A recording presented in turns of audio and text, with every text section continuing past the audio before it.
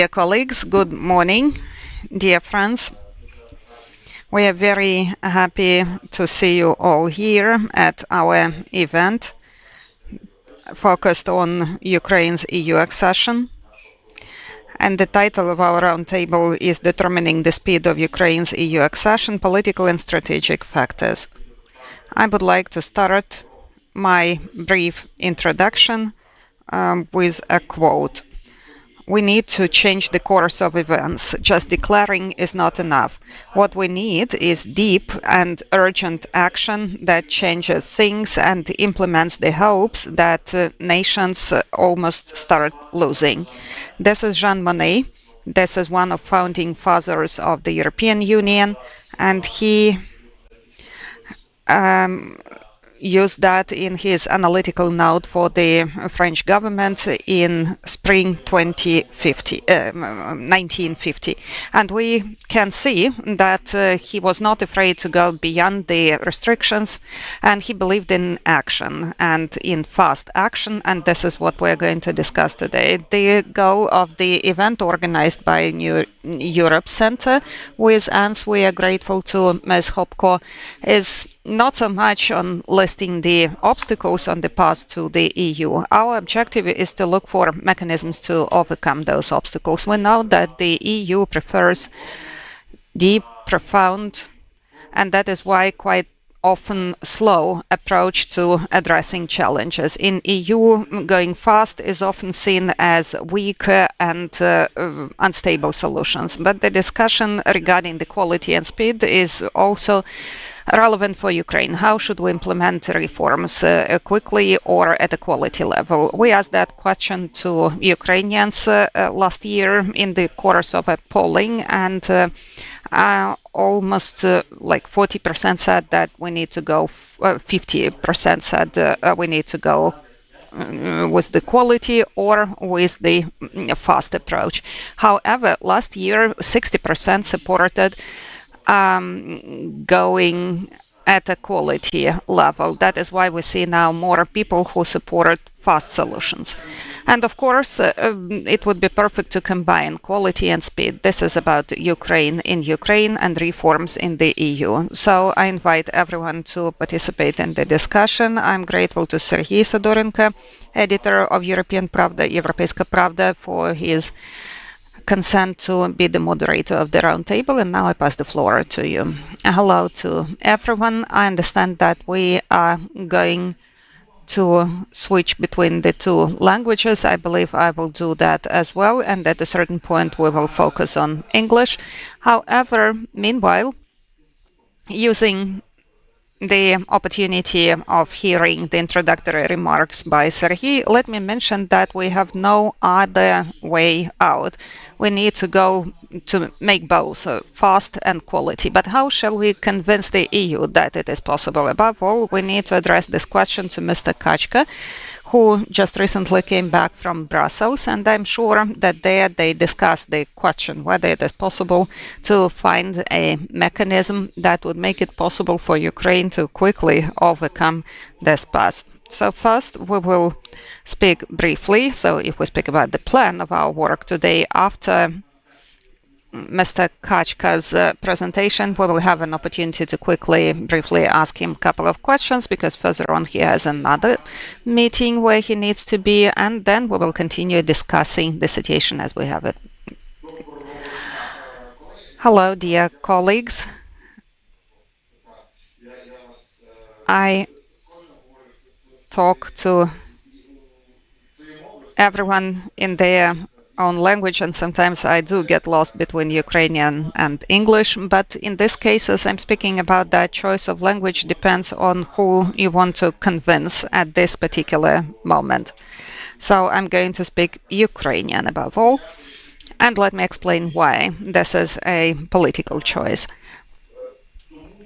That's because last week, that's true that an important historical event happened, even though not many people see that as such. Maybe you saw a photo in the media of Commissioner Marta Kos And she made this table with chapters, open, closed chapters. If it is red, it is closed, yellow, open, green, completed. And it applies to all the countries, candidate countries, Turkey, etc. And on the 17th, since the 17th of March, Ukrainian and Moldova chapters switched from the red to yellow category. Even though formally none of these clusters is yet open, we still wait for the voting as a political statement, political event. However, for the European Commission, for us, they are open, for us and for Moldova. This is for us to understand that this is about the horizontal approach, right? For Albania, though Albania is in the same situation as us, all the chapters are open for them. For Montenegro, there are already some green completed sections, and they are going to set up a working group to draft the agreement. So basically, we are now so far in the negotiation process that this is a point of no return. And also, we are already at the stage where everything depends on Ukraine. This is 100%. This is our task now, homework, to meet the benchmarks. Benchmarks, that's also interesting. The first reaction of political stakeholders from Ukraine was that, well, again, Kachka has come to some sort of agreements.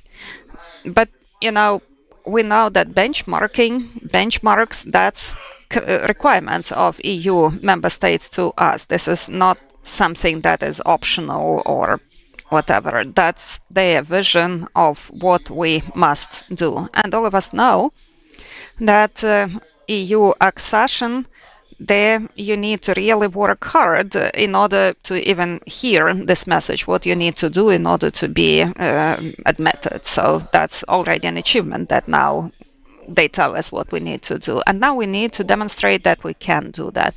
As far as I understand, in all the chapters and clusters, everything we need to do is complete the reforms, ongoing reforms. Nothing horrible, nothing new or too challenging.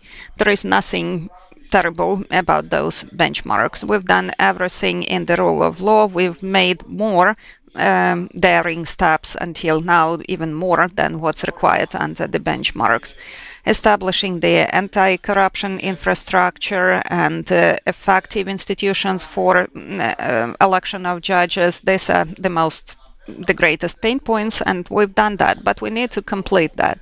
So this is about completion, and this is very much about Ukrainians, isn't it? Often we want to do everything and complete that by 80 or 70%, but then we kind of relax because it's hard to complete. I believe that's the sensitive point for the Ukrainian internal political discourse. I mean that this is a long story, and we hear from some member states that that's going to take long, so we do not need to mobilize, to focus. We need to. And now I try to focus as much as possible on working with the parliament to conceptually convince them that focusing on the reforms, mobilizing for the sake of reforms is what we need. And the second component, and that's about negotiations now, that is, well, what we see. We see that in long-term assessment of Ukraine, whether we comply with benchmarks or not, what prevails is a kind of contemporary analysis of the situation here and now.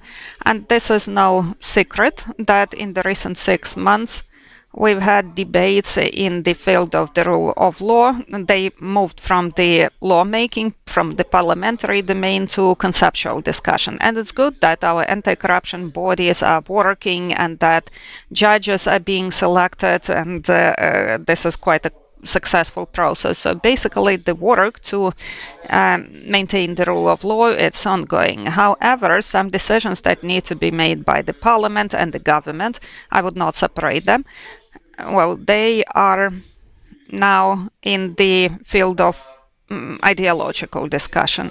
And here, The member states, the European Commission, they see us and they say, if you go back to ideological discussions, then we can hardly expect it for 2027. So it depends on the next months, basically, whether we manage to mobilize or we will get stuck until when we have the new parliament and the new government. And I am ready to speak about that openly, because actually in normal functioning of democracy, I mean not in the wartime, the best response to speed up accession work would be calendar elections, not early elections, but calendar elections, new political energy that could be evoked. And by the way, it is within the cluster, the first cluster, this is also about recovery of normal functioning of democratic institutions. That's already our commitment as such.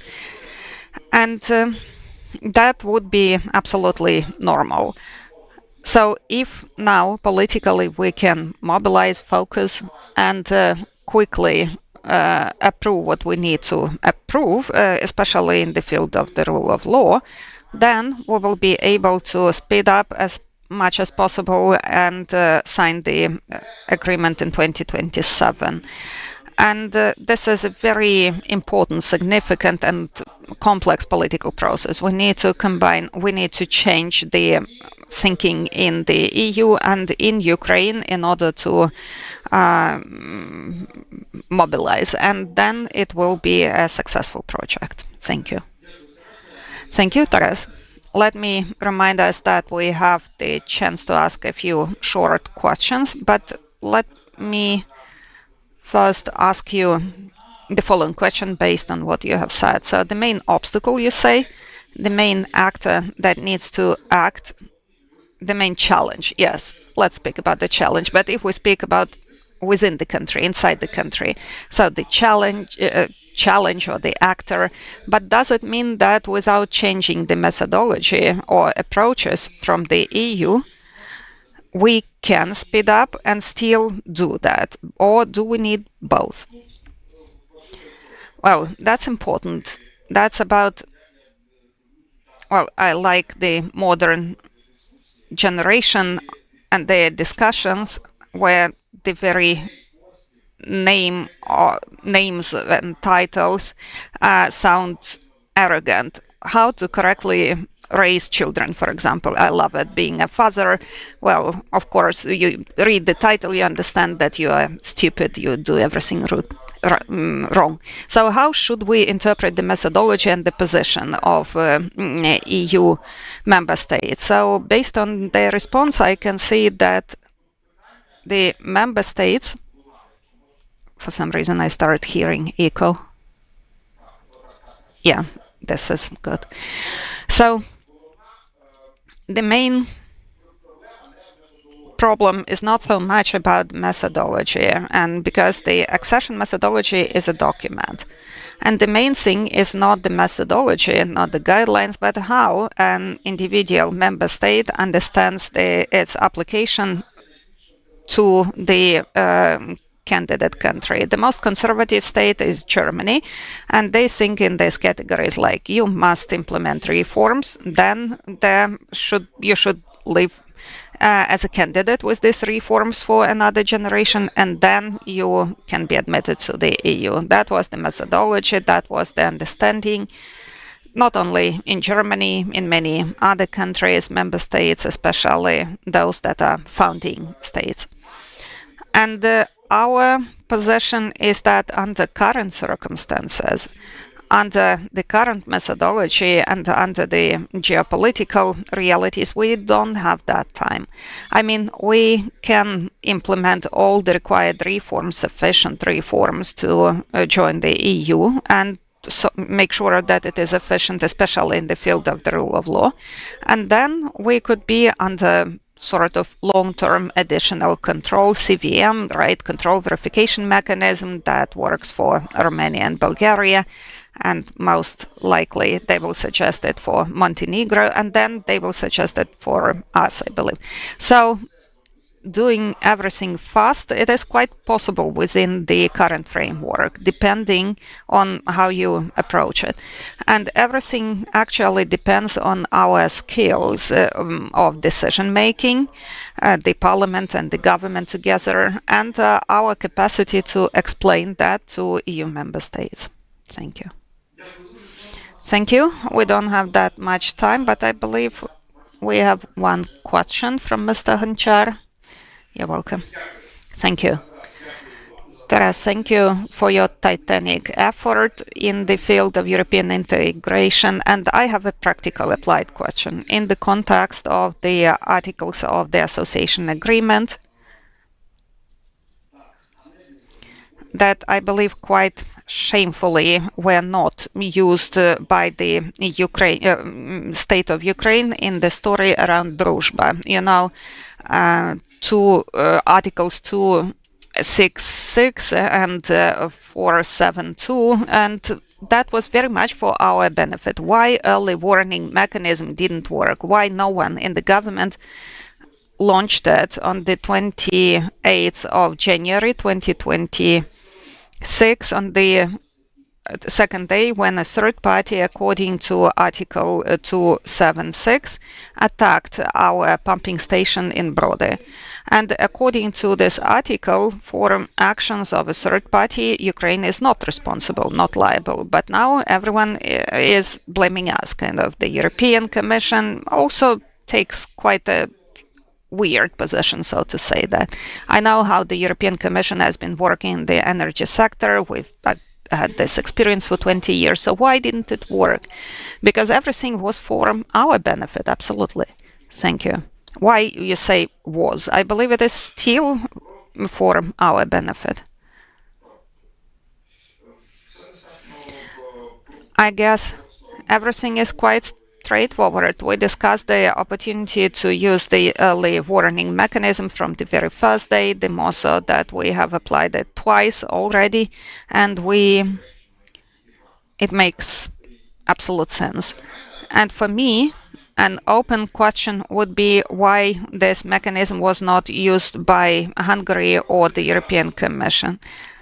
They kind of won the game with us. Well, why? Let's put it this way. In that situation, we may have a lot of various theories of how to assess the situation. You have your vision, I have my vision, Hungary, European Commission, they have their visions. And let me emphasize that for us, well, that's quite important, that Hungary did not use the mechanism of the association agreement in that case and immediately started politicizing the issue in the communication that took place. So it's important for us, right, to emphasize that the issue exists only through the prism of the Hungarian counterparty. This is not about energy. The option of using the early warning mechanism is always available, but in this case, it is quite obvious that it was Hungary who had to initiate that. We still believe that we did not break any agreements, didn't commit any violations. There was this breakdown. So the European Commission is doing a very good thing, and this is political de-escalation of this issue, and I absolutely support the approach of European institutions, Mr. Antonio Costa, Ursula von der Leyen, and this exchange of correspondence between heads, leaders of European institutions and President Zelensky, that's adequate. We de-escalate this issue in general, and that is not so much about showing that we are kind of clever using the agreement. This is about how to de-escalate it to the level where it would be possible to use technical mechanisms, including the association agreement. So in this case, we all assess the procedures, and since it immediately started being considered at the highest political level, we see no reason for us to use the early warning mechanism, while the fact that neither the EU or Hungary used this mechanism in general, it indicates that it was a priori a political issue, and thus it needs to be moved from the political to the technical level. Thank you, Taras. Actually, let's return to the topic of accession, and I'd say that to complement the governmental view, let's hear out a non-governmental position. Leo Litra prepared his vision of how the EU law has to change and the attitude of the EU has to change to achieve not only quality but speed. Leo, if it's possible, could you please describe the ideas in a few minutes? The diversity in presenting. Well, above all, I would like to just underline that I absolutely agree with Mr. Kachka's approach on, on how do we approach the current context in terms of, basically strengthening the chances of Ukraine to integrate as soon as possible. But at the same time, I would like to say that before I present my kind of points regarding the so-called membership by design approach, I'd like to mention that we had quite a toxic discussion recently about the fast track, and I think it didn't go where it should have gone, since we had the media leaks about, reverse accession and fast track, and everyone approached this issue as a shortcut. And I think that what we see in the context of Ukraine, but Ukraine doesn't look for a shortcut. Ukraine looks for a viable model that it will ensure that reforms and, the efforts which are made by Ukraine in a terrible war are being reciprocated by the EU. Since we heard a lot about the merit-based approach, and when you go to meetings in Brussels, you always hear about the merit-based approach, and I think this is a good kind of the basis is to indeed to deliver and to have compliance with the fundamentals. But at the same time, the problem is that the merit-based approach is not always working. We see today that Ukraine is supposed to officially open the clusters, officially open the chapters, and this didn't happen. I mean, we have a creative model, which allows us to think and to work together. But at the same time, some countries are hiding behind this. Some people are hiding behind this concept, which is not entirely applied, since, as we see, if one merits, this doesn't turn automatically into a step forward towards the integration to the EU. So I think this is one of the issues which also kind of is not very credible when we talk about merit-based approach. What I think is we should do is and we talked today about creative models in basically approaching EU integration because of the security context also, because Ukraine needs EU and EU needs Ukraine. I think that this is important to highlight. Now, when I say that the solution is membership by design, I above all want to move away from the toxic models, toxic narratives, which were coined by the media as reverse accession and fast track, because these are not fast track, not reverse. This is a model which is based on, above all, the implementation of reforms and fundamentals, which should lead to automatic unlocking of the rights of, access to funds and so on. Because like now, if you look even in the how many chapters should have closed some other countries in the Western Balkans, they didn't. And not because they didn't do what they shall do, but because like political, considerations are higher than the merit-based approach. So I think that for Ukraine it's very important to have the same approach as it was back in 2022. If you remember, Ukraine received 7 steps to be implemented before to get the candidate status. And Ukraine was very good at implementing those 7 steps, precisely because it was very clear, automated, basically link between delivery and step forward by the EU. So for us, it's important now to, I think, is to reframe the narrative, to prepare the legal reasoning of how, we need the member states and the EU to define how we can have an accession treaty which does not collide with the EU treaties. So, because in EU treaty, you have either a member or not a member. So there is very difficult to envisage a membership which comes with with stages, in a way that you get first political rights and then market and then funds and so on and so on. So I think we need the legal. For this, we need to create, I think, a working party as soon as possible on the drafting of the accession agreement. This is very important in order to reflect already on the possible kind of roadblocks which we can have in this regard. And also, I would like to mention that this is not a way to get away from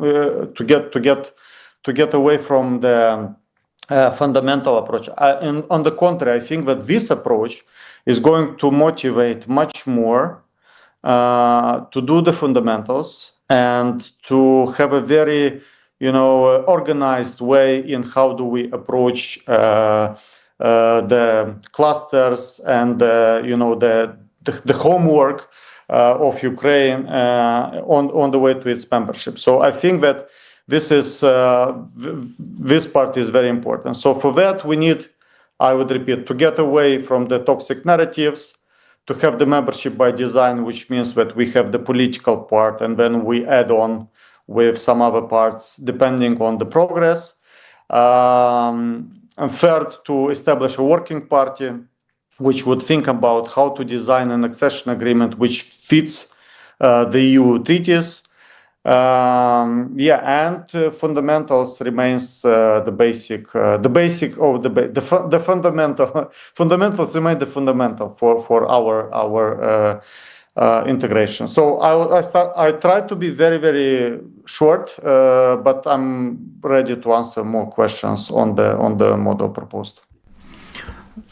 Thank you, Leo. Now let's try to consider how it can go from both Ukrainian side and from European side. I would shortly return to the audience and would invite Vadim Kalaichuk from the Parliamentary Committee of European Integration to say a word about how does he see our move towards the EU. A few notes about how we work further. We have 2 maps with us online, and then they will have a word like to reflect on that. And as we still have Taras Kachka with us, Taras, if you see something to comment on, please signal to me somehow. And of course, I would be happy to give you a possibility to reflect. Vadime, прошу. Vadim, the floor is yours. We mentioned today that the main thing in Ukraine is that we have to show speed, and we are ready. Do you think so as well? Thank you for giving me the floor. The speed. The point is that back in 2022, when we got the status of a candidate, the topic of time frame was discussed, and actually the participants, Petka Tovary and Petras Ostravicius, will confirm that that was the idea of our European colleagues. Everyone wanted to structure somehow the process, to give the benchmarks. Of course, everyone understood that it's a merit-based process and we have to comply with the requirements, and it's hard to establish a fixed date. But back then, we were saying that there is a technical part of the accession when we have to comply with certain requirements, and then the political part of the accession, which is the ratification in member states. And according to the experience of other countries, ratification would take approximately 2 years, and it would take 2 years for every member state to undergo all of these procedures. And we were saying that there was a window of opportunities for Ukraine and other candidate countries which will not remain open forever. And it's hard to predict what would be a political landscape after 2029 in the EU. No one knows that, but we could foresee that it would become more complicated than in 2022. So there was a joint decision made, to some extent a proposal from our European colleagues, at least members of the European Parliament. We worked a lot with them. That we discussed that there should be a date of technical readiness, and after that there should be 2 years planned till 2029, till the new political cycle in the EU, for ratification, for the political part. It looked as an ambitious plan, but it didn't look as something impossible. 5 years from 2022 till 2027 to achieve technical readiness. Why not 5 years? So it's not something we invented. Of course, it was difficult for us to make peace with that criticism of mentioning this date. Why expressing such high expectations? But actually, we were functioning within a certain framework, and I hope we will continue functioning in it. As to the homework, it's clear Taras actually described well the process, which is quite positive. It's been quite positive over the recent months. We've been working constantly with our European partners so that everyone is on the same page and interprets the tasks and proposals in the same way. And of course, we can ask the question whether we have the same interpretation. There are regularly new, fresh documents, arrangements where certain tasks, certain priorities are underlined. And Taras mentioned that he is often mentioned within the parliament. When the parliament receives a new portion of priorities, then the question emerges, who signed that, who phrased that this way, why someone decided that this can be guaranteed. It's a very difficult process. On the one hand, Ukrainian parliament is very involved in the process of negotiations. It's in Ukrainian know-how to include parliamentarians in negotiation groups, and we, the 120, 130 people, are members of negotiation groups, and we participated in the screening sessions and other events. So for parliamentarians, it's not something new. We are familiarized with this work, and most people in the parliament know this process well. But we can see this political part here of having political will, and it's not the first time that we have such a problem in a candidate country. The last country which integrated the EU, Croatia, which we often look for. Which we often look at as an example, they told us about their attempts to actively involve the parliament. They had a big working group, including representatives of civil society and the parliament, and it seems to me that after the second big meeting like that, they silently took a decision to stop such meetings and move to a more technical level.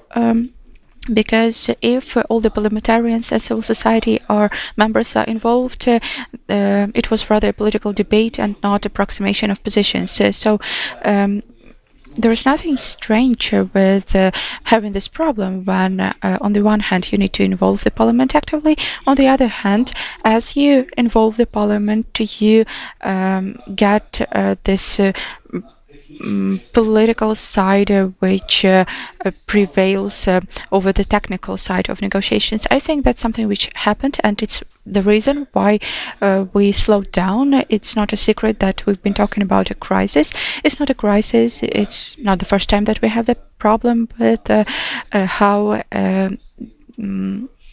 the working agenda is developed in the parliament. But it's probably the first time that we don't really understand how to find a way out of the situation. We currently have quite intense consultations with the government, with the factions, with the leadership of the parliament, leadership of different groups within the parliament.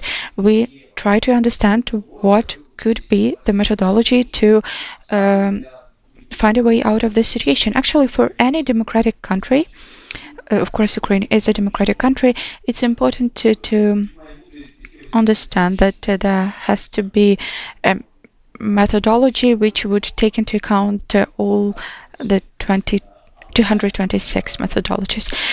And we should also mention something which is often disregarded or not clear for European partners. It's technically hard to work for Ukrainian parliament. Of course, we have all the limitations related to the martial law, but there is a factor of math. Currently, we have to find the majority within the parliament out of 392 approximately, not 450. Some members of parliament are always absent. We won't talk about the reasons now, but just due to this mathematical reason, collecting 226 votes out of those people really present in the parliament is a quite difficult task, and our colleagues agree with that. Just purely mathematically, it's hard because the majority is a completely different number. And we always underline during our talks with European partners this reason. It's not a justification, and we never suggested to weaken the requirements set for Ukraine. We were never asking for forgiving certain issues, but I just want everyone to have the same understanding what are the real reasons and processes. So we understand clearly what should be done, and Taras phrased it very well. The ball is on our side, and it's up to us to keep playing this game, and we will find a way to do it right.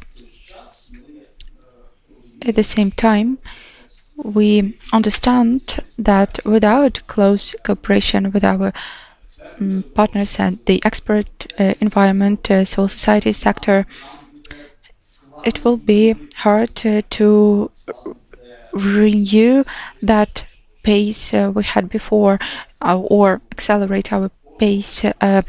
Every year we have a special meeting in the Parliament dedicated to presentation of a report on the success of candidate countries, including Ukraine, the so-called shadow report presentation by the civil society, and there is an active discussion of what is mentioned in the report, what's the assessment, and we often have very interesting talks. Usually in the shadow report we have more criticism, and as far as I can remember, we had such discussions twice, and our partners, the ambassador Maternova, who is always present at such important events, to some extent even supported some of our positions when we were discussing the difference in the assessment, and we often say that we have to be very careful as to our commitments.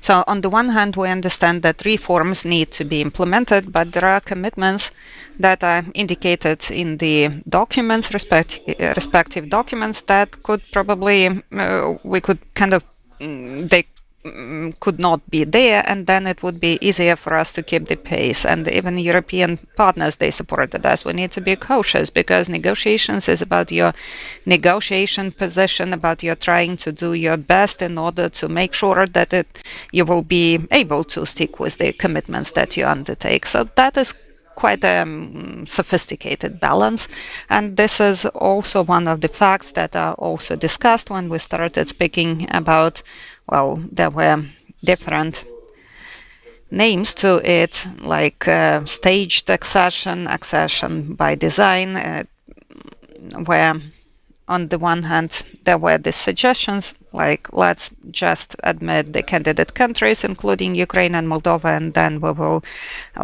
catch up. But the negative aspect of this approach, apart from what has been mentioned, that there is no legal frame, there is the agreement that indicates all of these provisions, and they need to be either developed and then included there, or, well, why discuss them? But that could also slow down the reforms, right? It could happen so that the countries, without completing the reforms and getting this kind of advance of confidence, that they will use that as an excuse not to hurry up to implement the reforms. So this is about the process of consultations, trying to strike the balance, what we are doing with you now. And I hope that this state national interest, European integration interest of Ukraine will prevail, and around it we will develop our joint positions.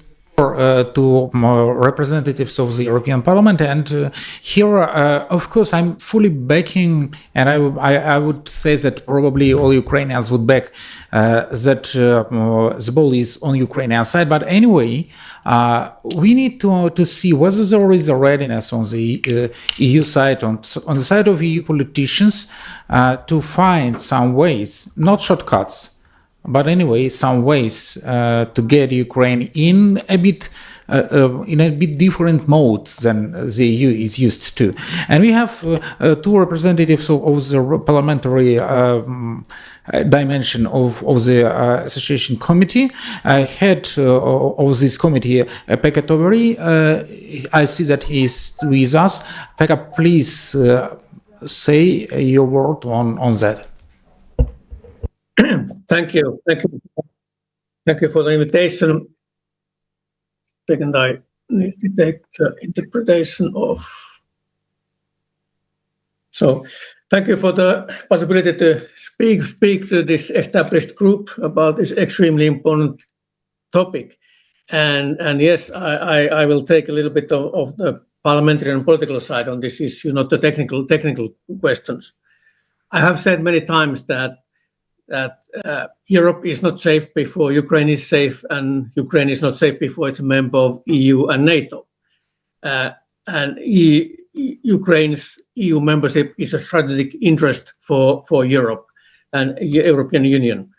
Unfortunately, not everybody in Europe and not even every politician in Europe thinks about strategic issues.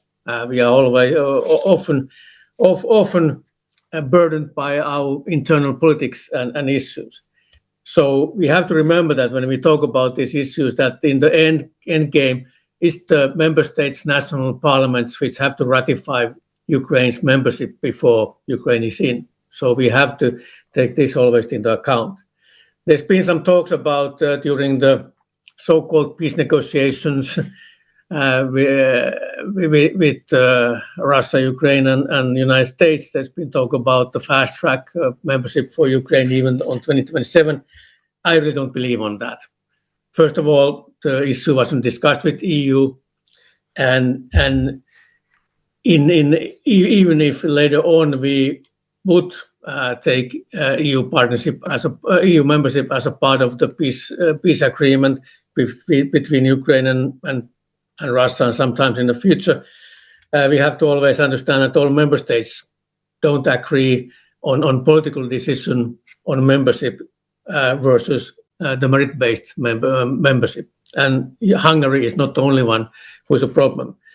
And also I have to take into consideration that I really don't hold my breath waiting Russia to be ready to make a peace. So we should continue on EU integration of Ukraine separately to these peace negotiations.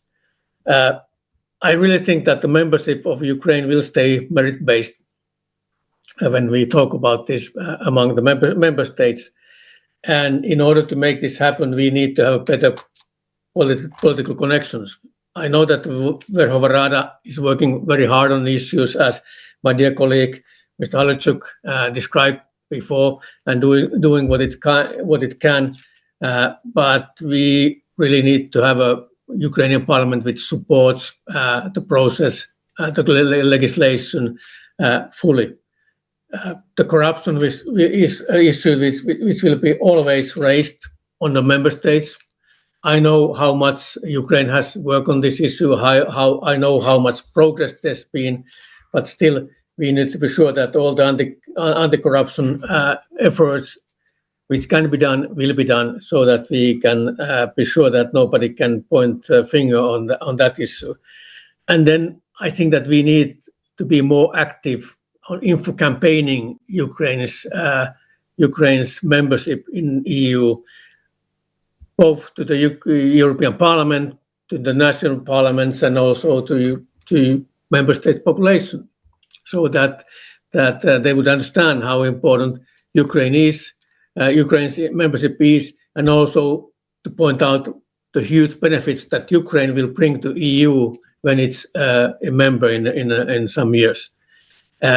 It's also very important to diminish the fears of farmers and other interest groups, which we see, for example, when here in the European Parliament we discussed about the Mercosur agreement, which is again a very important trade agreement, strategically important trade agreement for EU, but run into problems because certain interest groups like farmers were very much against it, based on totally false information, not on the facts. So we need to be more active on that information side. And we have to improve the cooperation between parliaments. I would like to see more Verkhovna Rada's committees meeting their counterparts here in EU Parliament and also in the national parliaments, so that we not only those who are specialized in Ukraine issues like EU delegation members, but the large audience in the parliament understand where we are going in the integration process, how much has been done, and how well we are running on the track, so that we can safeguard that when the day comes that member states' parliaments start to make the referendums and to ratify the membership, we don't run the problems there. Thank you. Thanks a lot, Pekka. And of course, I would be happy to hear Petras. I would say that now with Pekka, we have got a kind of breath of not pessimism, but realism towards European view on this process. Petros, I believe that you have your ideas about 2027 because you expressed it several times. Is it still valid? Very good morning, шановні друзі. It's my pleasure to talk to you once again. Many times we met, we discussed, but still many times we will have to meet and discuss and find common solutions. Enlargement is a process. It's not, one time made kind of move or action. As a former chief negotiator 25 years ago, and now a member of European Parliament, I have probably kind of unique opportunity, to glue or to integrate those issues and to see technical as well as political sides of accession negotiations. Well, in fact, the European Union is back in 25 years, as it was 2003 exactly. So at that time, we had 12 candidates. Now we have 10 candidates. The probably difference is that at that time, all candidates except 2 islands were connected by territory, spatially. Okay. Now we have, in fact, 2 groups of candidates. We have Eastern European part of enlargement countries, and we have Western Balkans. And it makes a certain impact on ongoing accession negotiations and enlargement strategy. But let's be very clear on things. Firstly, what we need in the European Union, we need a political will for enlargement. It's not automatic. It's not just European Commission decision. European Commission might make a lot of nice, good-looking strategies, but political will, it's something different.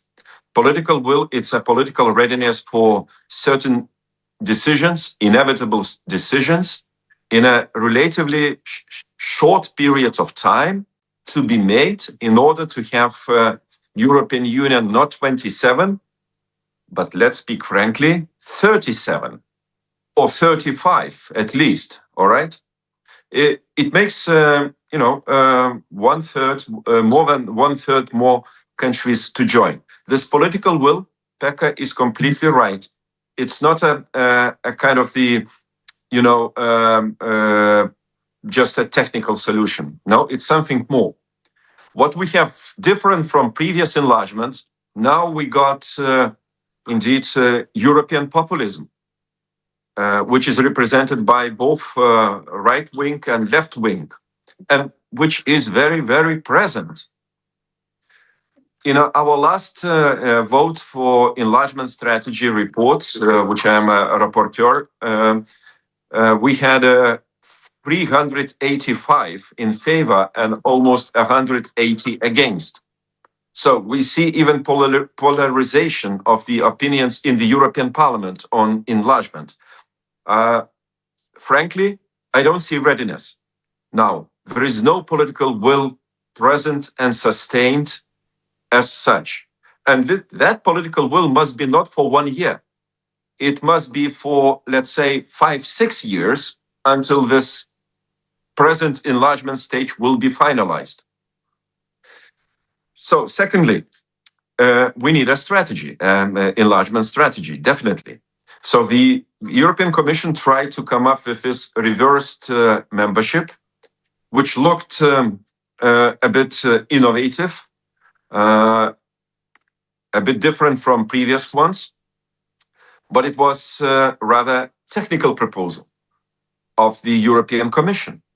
So the member states were not much involved in designing and agreeing on that political strategy. So that's why I am not really much surprised that was a kind of the, political démarche from member states, once inviting some high representatives of the European Commission, telling them, no, look, that's your decision, but we are not ready to buy that strategy yet. Okay? So it means that, and Pekka is completely right, we have to rally, we have to campaign, we have to find, common understanding on this issue. And indeed, what happened with, for example, with Mercosur, although definitely European Union needs new markets, but those arguments, mainly political arguments, I would say, mainly political motivated arguments, kept this agreement for a certain period of time not being implemented, okay? And we're still in a period of uncertainty, awaiting from the European Court of to make its own assessment on procedural as well and other sides.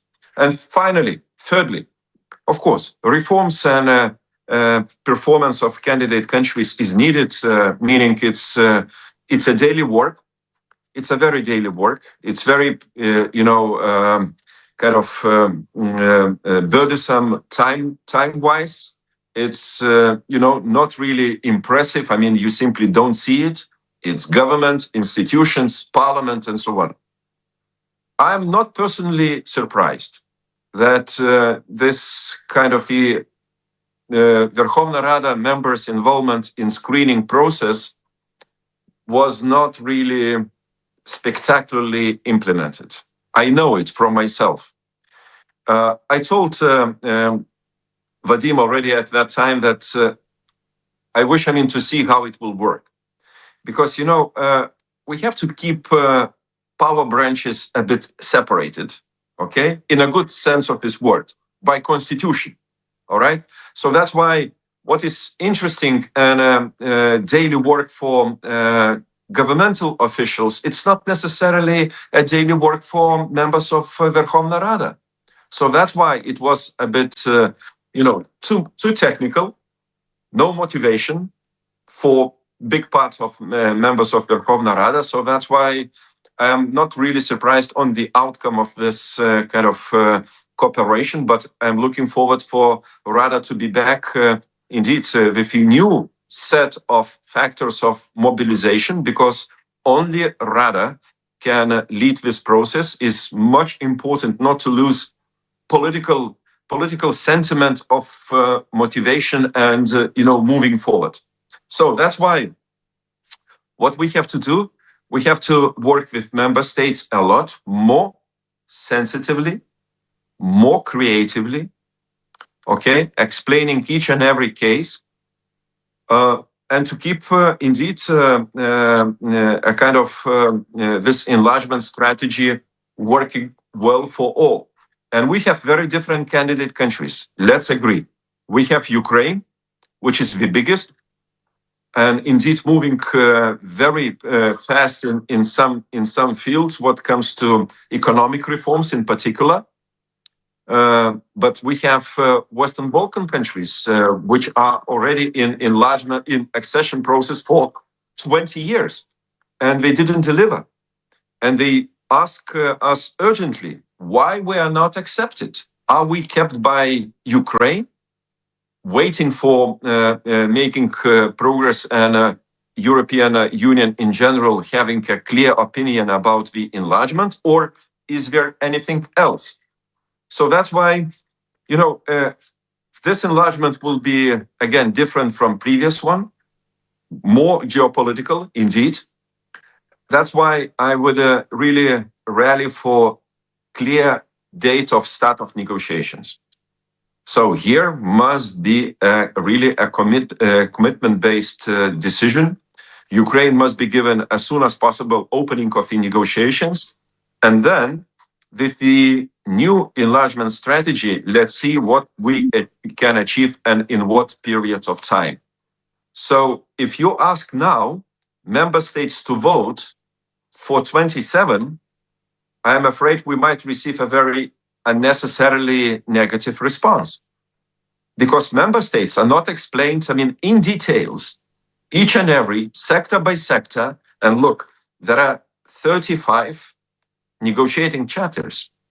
Let's agree that there is a kind of deal, to be made on many, many issues. And economy, after all, is in the minds of politicians.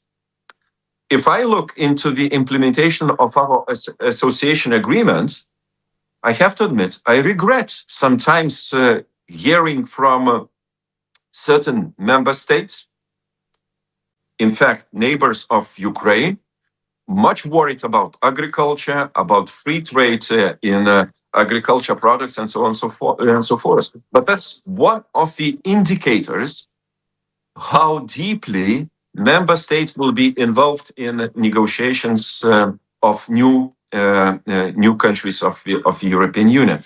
So, look, we will have many very great exchanges like this, I'm sure, and we will need more.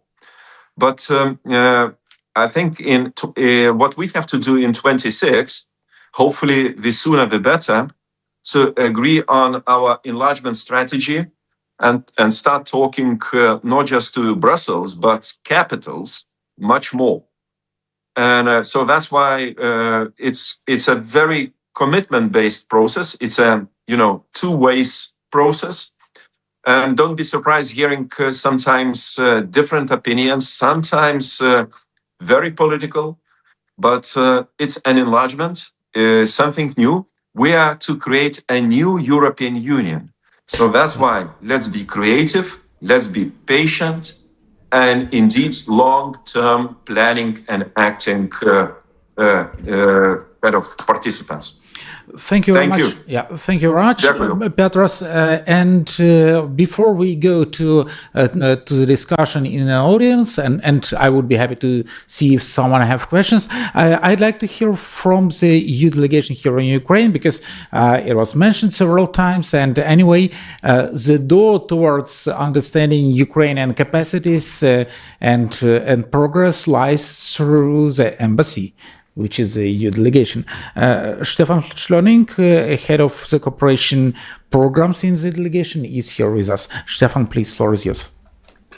Thank you very much, Sergey. Well, a lot has been said already, so yeah, very briefly, let me make 4 points as a Kiev-based Brussels bureaucrat, if you like. So the first point I would like to make is, I believe there is almost consensus that enlargement is a strategic investment in Europe's future, and that there is a strong, security dimension to it. That for the EU to transform from a trade superpower into a genuine geopolitical actor, enlargement is an integral part of that. Commissioner Kroes has emphasized that many times, and I think it's also clear that the unification of Europe is not complete without Ukraine. So that's the first point, and I believe this is really recognized by many, and also at the core of the debate in Brussels. Secondly, the debate, or we have an enlargement methodology which has not been updated for a long time. Commissioner Kroes has also spoken about that many times. There were some ideas on the table, reverse, however we call it. It's not for me to comment or express views on where that debate will end, but the debate started. I think that's a positive thing. The debate will not go away, because the issues that have been brought up are essential, and I'm sure that it will land, and there will be agreements eventually on a methodology and a process that is driven by the geopolitical context and the geopolitical importance. But, and that's my third point, Leo put it nicely, fundamentals are fundamental. There are no shortcuts, however we call it. But I think that is very important, and I think it's also important to realize, and many, the President and von der Leyen, Commissioner, have spoken about that there are really no shortcuts there when it comes to the fundamentals, the rule of law, the reforms, because there is also an element of Ukraine, a country the size of Ukraine, joining the EU. This is also changing the European Union from within. So these reforms have to be addressed, completed. I think it's important to not put the reforms, sort of in a way against the war, or saying at the moment it's yes, it is more difficult at the moment, but Ukraine has shown many times over the last 10 years that it is able to implement reforms under the most challenging circumstances. So that work has to continue. So that, I think, is important. And also, the link, there is the merit-based process does not exclude still being, informed by political realities, but the fundamentals need to be addressed. And that already brings me to my last point, which is, the last month in terms of, laws voted in the Rada for all the reasons you've mentioned. There has been a certain slowdown that also has a financial impact when we look at some of the indicators. But as I said, we have seen with the 7 plans in the past and on many other occasions that Ukraine is able to mobilize, to rally support, to move forward with the reforms. We have the 10 points that the Vice Prime Minister and the Commissioner agreed in December in Lviv. So I think we have a clear framework, and I'm confident that we will see a movement there, and I think that will have a positive, impact also on the overall political debate. And very last point, here on the ground from the delegation, with all the support, financial support, experts we have mobilized, we are here, and we don't stand ready to support. We are supporting, and I'm sure together we will see good progress there. Thank you, Stefan.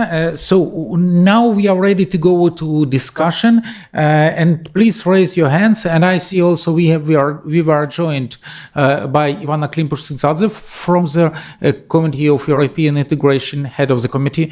Ivana, you did not hear all addresses, but you definitely have your view on our ways towards speeded up, let's say, process. Please, you can choose either Ukrainian or English, so we are switching. Thank you, Sergey. Thank you so much. Even though, yes, I was trying to combine 2 of the responsibilities being here in the discussion, so I had my assistants updating me on what was said. So while I was talking to our colleagues in Croatia, because we had a common Croatian parliamentary platform ongoing just till now. Thank you for the initiative of this discussion. Maybe very briefly in response to what was said, and yes, as you said, I also have my own understanding of the situation. First and foremost, I think we have already a very clear understanding across Europe that security of European Union is not possible without security of Ukraine, and that is important, and that is very serious, and I hope that this could be kind of a guiding engine also of our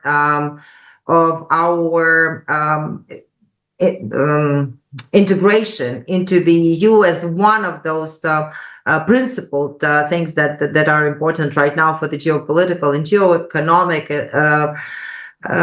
relevance and capability and strength of the European Union itself. That's first thing. And I must say that we are very grateful to the Commission and all the member states that have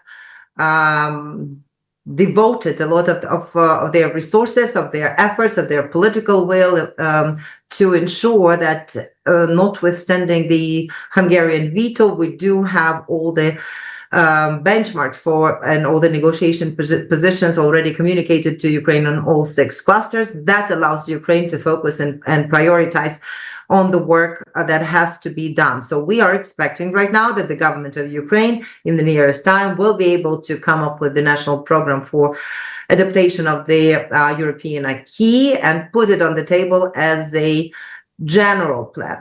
However, I think that when I'm hearing the calls for the need of total implementation, as we've heard, for example, during our committee from the committee meeting from the Deputy Prime Minister just recently, 3 weeks ago.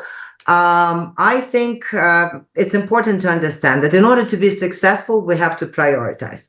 And I think that it was exactly the intention of the European Union and the Commission itself to help us to prioritize and help us not only move faster, but also show to our partners that we are serious about that when this 10 points plan was co-signed.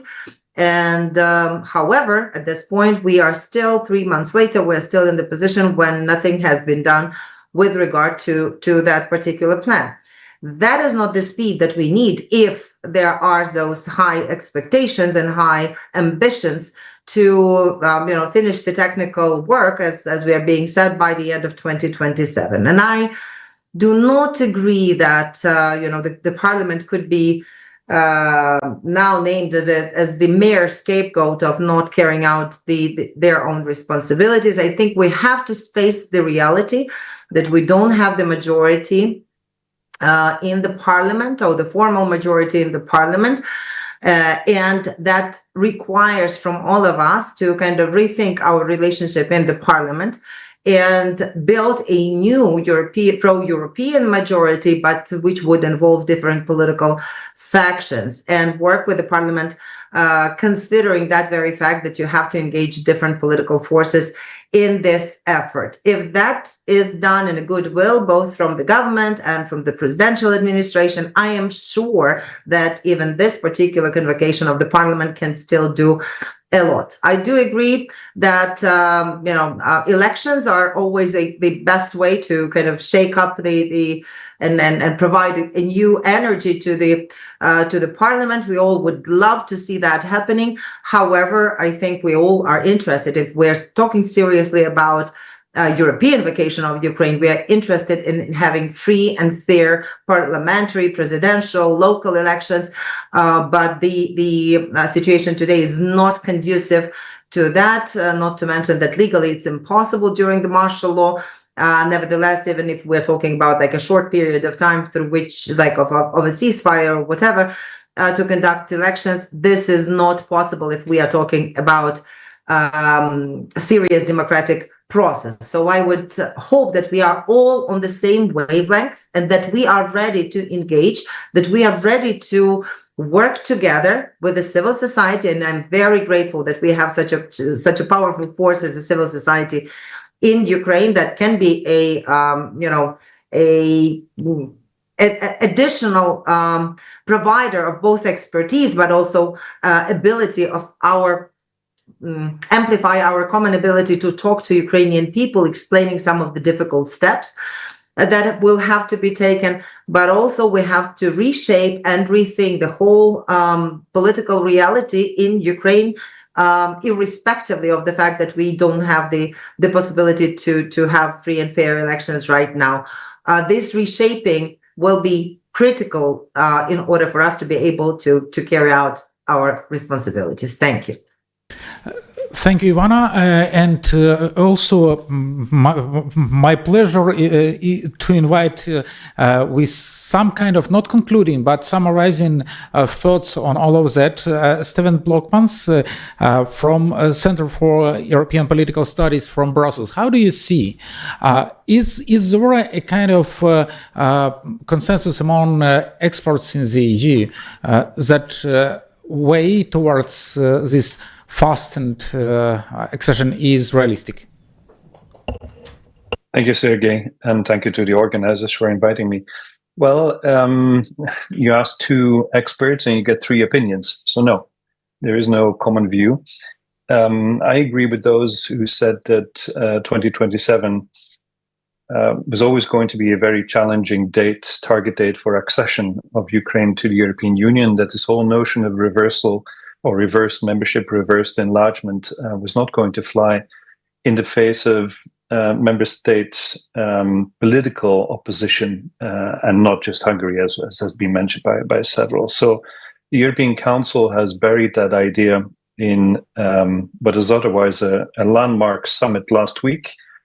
Never before has the EU's supreme body be so glaringly absent in common action, and that includes not just Iran but certainly on Ukraine, the 90 billion support package, the 20th sanctions package, and indeed the call for opening accession negotiations.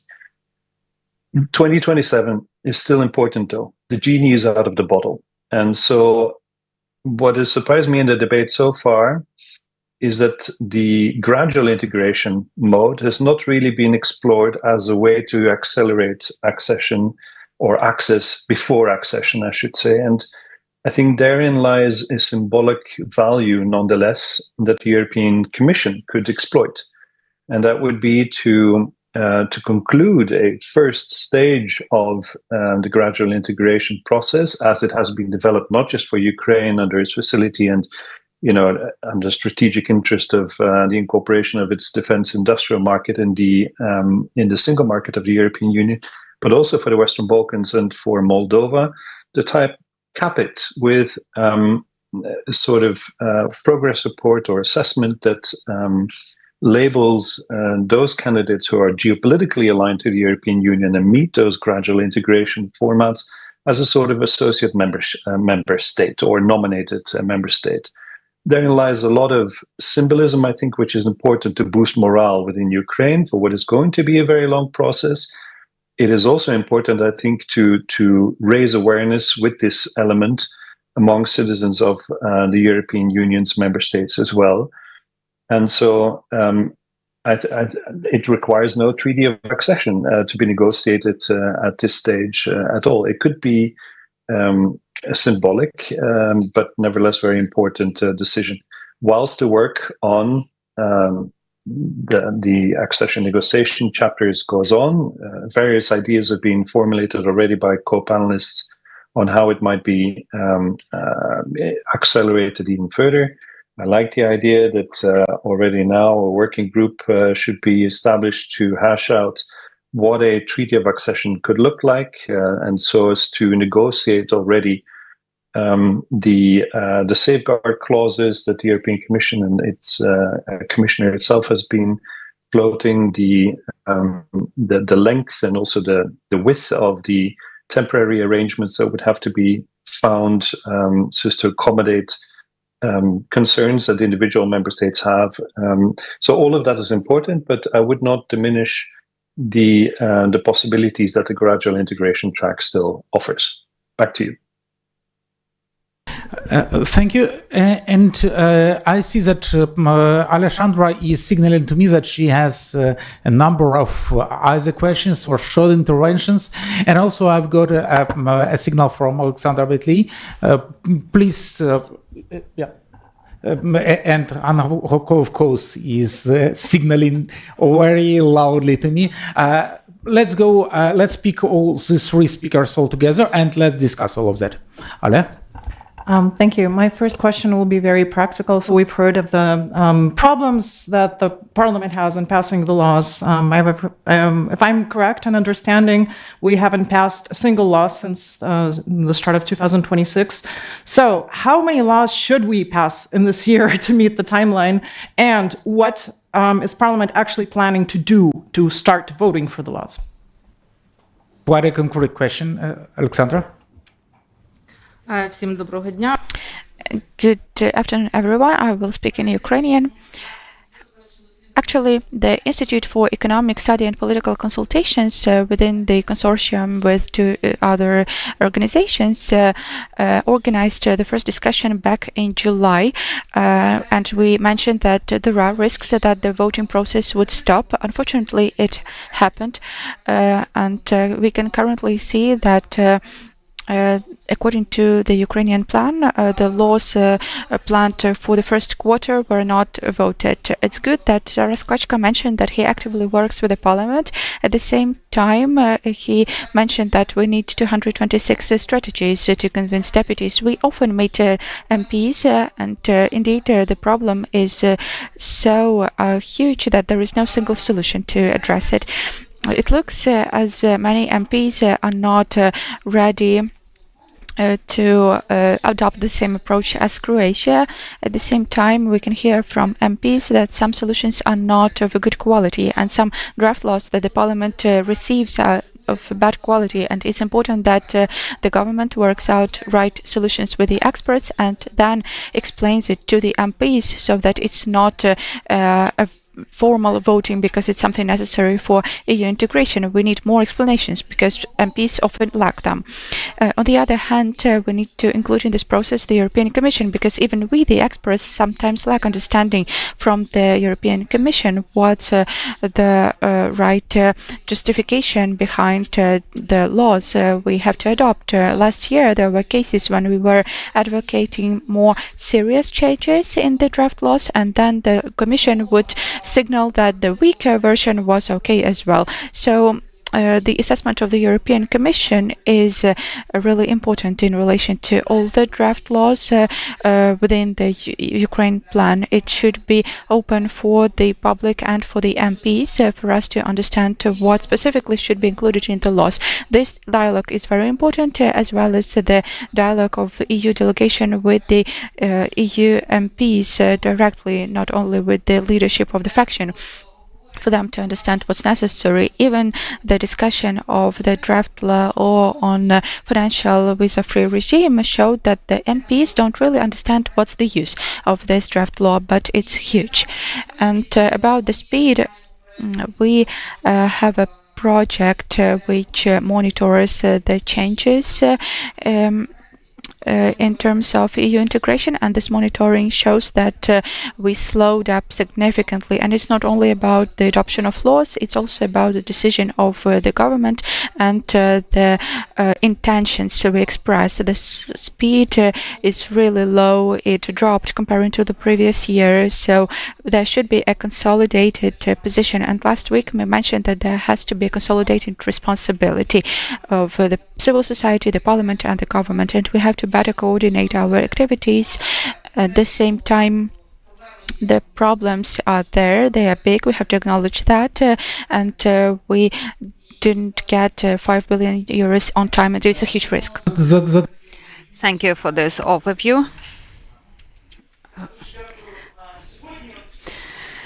Thank you. Today, our discussion, constructive, balanced, as Vadim Halichuk mentioned. Sometimes there are too many emotions where this creates discrepancies where politicians come together. I believe it's a high time for the presidential office, for the government, for the parliament expert community to organize a roundtable to discuss step by step our accession steps. Why that's important? We have now this coalition, and this is membership check, right? This is a caucus, this is expert group where we monitor evaluation, where we monitor compliance with all the integration laws based on the 10 priorities, as we did in 2023 when there was the coalition candidacy check, and we monitored the 7 steps to speed up the political decisions. But the key aspect, this is mobilization for the sake of reforms. I believe that the political will in the parliament under and the conditions that we use certain tools could be generated, and in this convocation that's possible. So we need to keep in mind that 73% of Ukrainians see Ukraine in the EU support that, 76% are ready to suffer deterioration of social and economic situation if that speeds up the membership. So Ukrainians are ready for unpopular steps to see Ukraine eventually as a member of the European Community member state. In this context, now that I'm back from Brussels, where there were heated discussions, so without fundamentals, without compliance with the basic requirements, we will not be able to move on. This is DNA of the EU. Without the fundamental basic reforms, no matter what, if it is part of peace process or where on the one hand the EU wants to be at the table of negotiations, and it is expected that something ambitious is brought to this negotiations table. That's not only about membership prospects and rigid sanctions that would result in total isolation of Russia. Where Petros spoke about enlargement strategy, that's something that's lacking in the EU among the European Commission, European Parliament. That is important. I believe the enlargement strategy needs to be part of the strategy for agency of the European Union as European civilization and part of defense strategy. Because if we think about 1945, after the Second World War, European integration was based on the union of steel and coal, and it rose from ruins. So if we now consider geopolitical challenges, well, sometimes I talk to European parliamentaries and they are seriously asking me which territorial compromises and trade-offs Ukraine is ready for in order to achieve kind of peace treaty, and what the EU, they are ready to indicate in the agreement security guarantees to Ukraine according to Article 24.7 of the European Treaty on Mutual Defense. So I believe in all of this context, it is important for us to prevent Europe from reaching this ruin as in 1945, and considering the new elaborations of Ukraine in defense sector, well, but also we need to, well, I believe somehow Ukraine is also losing its focus and geopolitical understanding of why we are coming back and why we want to make sure that Russia fails, loses, and we are part of the European family. In the European Union, we more often now hear the voices which are not just Ukraine skeptical or European skeptical, but they just do not understand the geopolitical threats that are imminent. Part of European Union are thinking about how to strike a deal with Russia at the expense of Ukraine. Another one is getting ready for the war, Baltic countries. And in this context, I believe it is important to actualize, not just mobilize for reforms, but to focus on the strategy of agency of Ukraine in the European Union, Europe as a geopolitical actor. Thank you, Hanna. And I see that we have certain consensus in the context of the questions and comments. I mean, above all, the ball is on the Ukrainian side, right? So maybe here we need to go to give the floor back to representatives of the Ukrainian parliament, Vadim, Ivana, if it is possible to consolidate efforts to at least adopt the European package of laws. Or maybe it should be a separate category where the parliament, considering the situation, would be ready to move fast. And maybe you have the answer to the question that we heard about the number of laws that need to be adopted this year for us to reach some minimum level of readiness, preparedness. What the parliament needs to do? Well, everything that would be efficient, basically, and that's a lot of various suggestions that are now being discussed and scrutinized. But as I mentioned, above all, now in our faction, we understand that without Sluha Naroda faction, no voting would be possible, just mathematically. So we talk to every MP. We have a list of issues, items, based on which, with each of them, we try to re-establish these relationships. We started by talking to every MP from Sluha Naroda. There are some creative ideas which are quite viable. One beautiful big bill, the draft for thousands of pages that will include everything, all the commitments of Ukraine as priority requirements. Well, as an option. It may seem too ambitious, isn't it? But I believe that this is being discussed as a serious option. Why not? So, and of course, what's also very important is what we hear from our partners, because these reservations, like, well, we can adopt everything with our eyes shut, as you tell us. But then, well, now, right, we hear why are you speaking about 2027? Why are you speaking about some deadlines? So, I mean, what if there is no political will and it is not possible to develop it and we will just stop there? That's a risk. That's all we do comply, but the integration doesn't happen.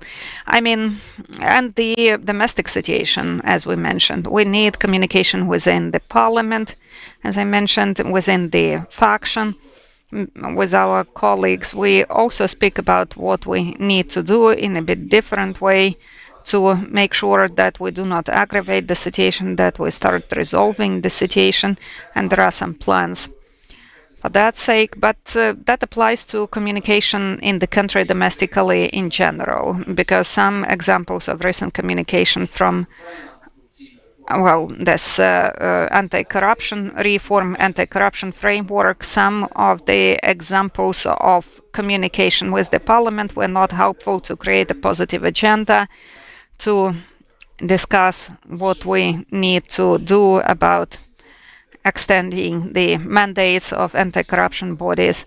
So we do need an extensive platform, a wide platform that would make it possible for us to regain this confidence, this trust. Communication, right? Yeah, each time when we start speaking about what could be done, we see that they say, well, they're cheating on us. I will promise something and you won't do that.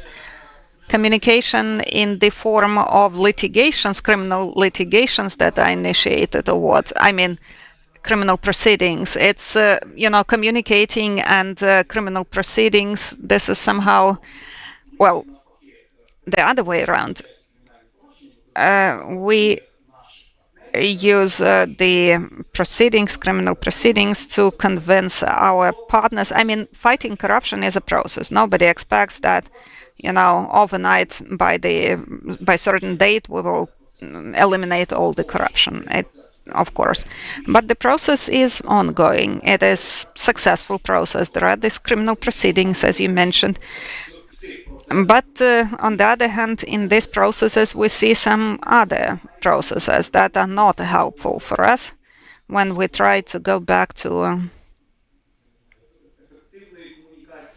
more efficient communication and regaining the confidence and trust where the parties just started trusting each other that, okay, now I undertake these commitments, but other parties to the process are also going to stick with their commitments. That's the problem, this total distrust, which shows up in various examples of communication, as I mentioned already. So we need an extensive platform, and we absolutely support that. And I promise on my own behalf and on other MPs who understand the relevance of that we will actively participate. Ivana, you are welcome, to reflect on these aspects, on the number, on how to recover, and then maybe we will have another short round, Q&A round, right? Thank you. Maybe just a couple of words to reiterate that I believe that the Ukrainian society deserves mature and responsible communication. And that means that the Ukrainian society should not be fed some plans to fully join the EU. This is not viable, right? 2027 is not viable, because that will create this temptation to look for scapegoats, to delegate this responsibility fully to the parliament and so on and so forth. I'm grateful to Hanna for that. She mentioned not only the parliament, civil society and the government, but also the president's office and the president himself, to make sure that this process is relaunched and that we could all have the capacity to make the decisions. Or there could be another temptation to start blaming the EU.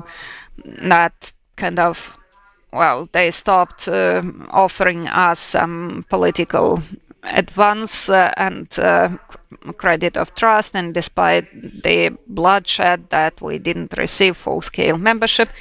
Moreover, unless Ukraine is ready and is not compatible unless Ukraine is compatible by its rules and procedures with EU member states, basically, and enters the EU, joins the EU in that condition, that will be a problem for Ukraine and for the EU.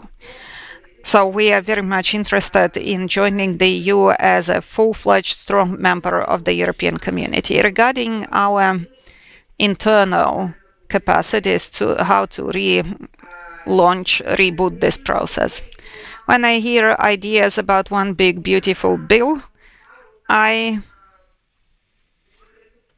have several reflections there. For example, the beautiful bill that we saw from the Minister of Finance, where they put all the stuff together and without coordinating with the civil society or with the stakeholders or with the parliament, the Ministry of Finance submits something that is only partially about our commitments, and partially this is some creative work of the Ministry of Finance.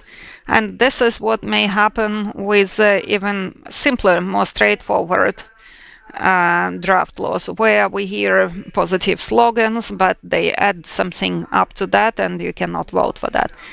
So I'm rather skeptical about the new version of the civil code that is focused on European integration. And somebody asked about whether we can implement some special procedure for European integration draft laws, as if this is being discussed and this is high on the agenda.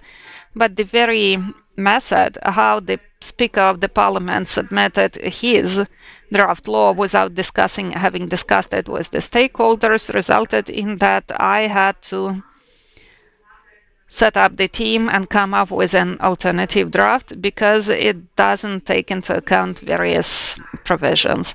So let me reiterate, in the Parliament I believe it is possible to look for not even for 226, maybe there will be 260 votes for European integration laws, but that implies systemic work with various political groups in the parliament.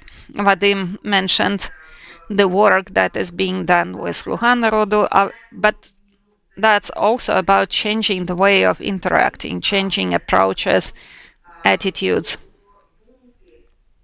different perception of the opinion and vision of other political groups in the parliament. And 2022 was a very good proof of that. We can hear each other, we can mobilize, we can put away all of our discrepancies when the matter is kind of existential, when the threat is existential. So I believe that the European integration track is our existential opportunity, a chance. And I would like to believe that by changing this interaction in the parliament, by engaging the president and the government and their readiness to be accountable, to be in the dialogue, not just developing the draft laws as Alexandra suggested, like experts develop the draft laws and then present them to MPs. No, you need from the very start work with MPs, experts at the stage of drafting. And Stefan will confirm that I repeatedly tell to our European colleagues that it is important for us to hear the position of the European Union regarding various draft laws, to avoid manipulations, whether this is the position of the European Commission about a certain provision or not. And I believe that this is about readiness of the European Commission to engage in those processes. At least they can. I heard that in Brussels during the meetings that I had this week. Thank you, and our time is almost over. I see that there is another request to briefly intervene, and maybe someone in the online audience would like to say something, so let me know. Thank you. I'm speaking on behalf of the nation, of the people, and well, of course, this discussion is very much needed, and we need an extensive platform engaging civil society, which we don't have. And I see no reason why participants of our discussion today would not come up with this suggestion, right?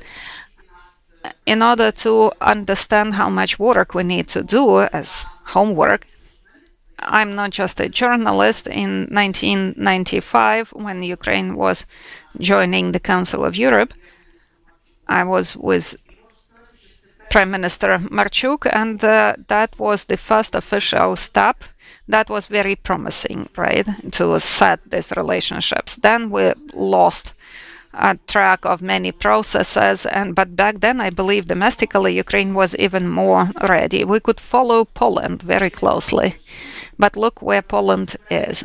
I believe now they're going to leave the EU, step out. But why? Well, maybe this is about how Poland used the opportunities for institutional changes, infrastructural changes, and of course Ukrainian labor force. So one of the main reasons is the domestic situation. Another important thing, we do not mention it today, we speak as if we are living in a normal world, right? This discussion doesn't go beyond the normality, but now the world is a bit different. Previously, I said that we need to first focus on European integration and then on Ukrainian domestic integration and then European integration, but it happened because Putin attacked and many people changed their outlook. And Vadim is right, saying that everybody is supporting the idea of Europe, but when it is about techniques to implement this or that, there are a lot of people who may start saying, why do we need the EU, right?